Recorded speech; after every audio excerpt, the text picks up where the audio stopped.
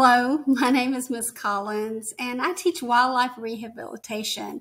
So I am the wildlife rehabber in North Georgia, and I rehab gray squirrels and cottontail rabbits and possums, fawns, and some baby skunks. And so I want to show you a few pictures that I have. So this is Scratchy, and this is my favorite of all of my rehabs.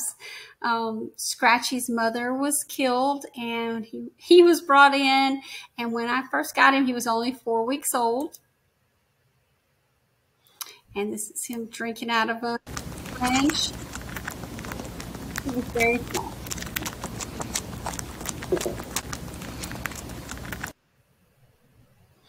And so I started posting photos and pictures of Scratchy on TikTok and on my YouTube channel, and it really blew up. Everyone wanted to see pictures of Scratchy.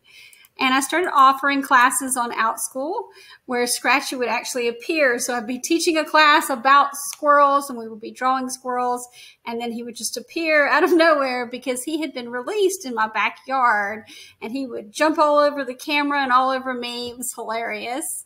But now Scratchy is a lot older, and he is now 2 years old. He has a family of his own, and he does come back, but usually about once a month. And he doesn't jump all over me anymore. He will get a blueberry maybe or a almond from me and then run off. He has a lot of things to do. But I do provide a wildlife rehab class, and students really enjoy it. And so we learn a little bit about how do animals come into wildlife rehabbers? And as a rehabber, how do you answer those calls?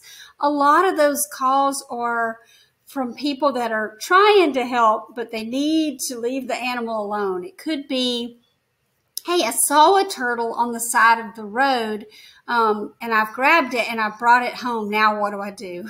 And what they don't understand are things like turtles. Usually their habitat is in a half a mile of where they live, and so they really need to take that turtle back.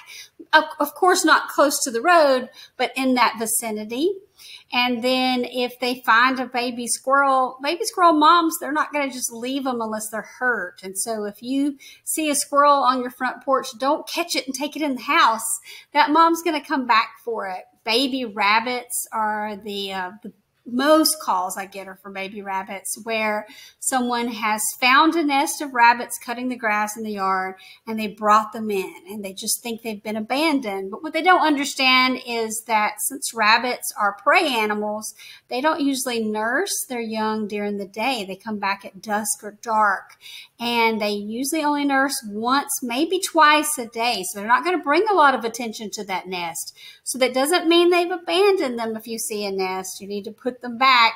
But there's lots of tricks you can do. You can put a circle of flour around the nest and then check it the next day to see if you see the mom's little paw prints and things like that. So lots of tricks that we learn.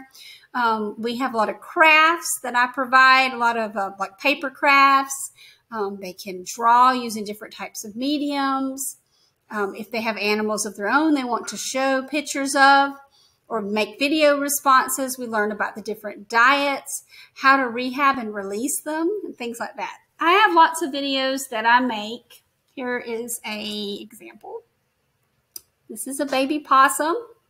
And so as you can see, its mouth is open.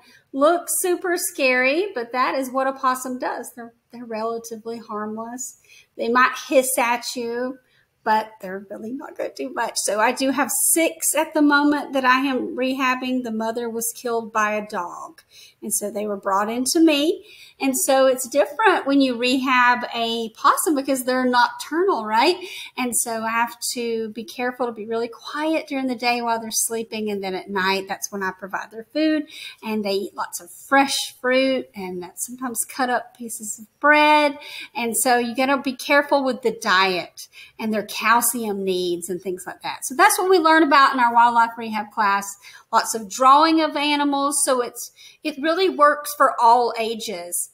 And we work in Google Classroom, so students don't see each other's work. Instead, it's just me and them. I'm going to be seeing their work and commenting on their work. So that really gives students the confidence to upload video responses.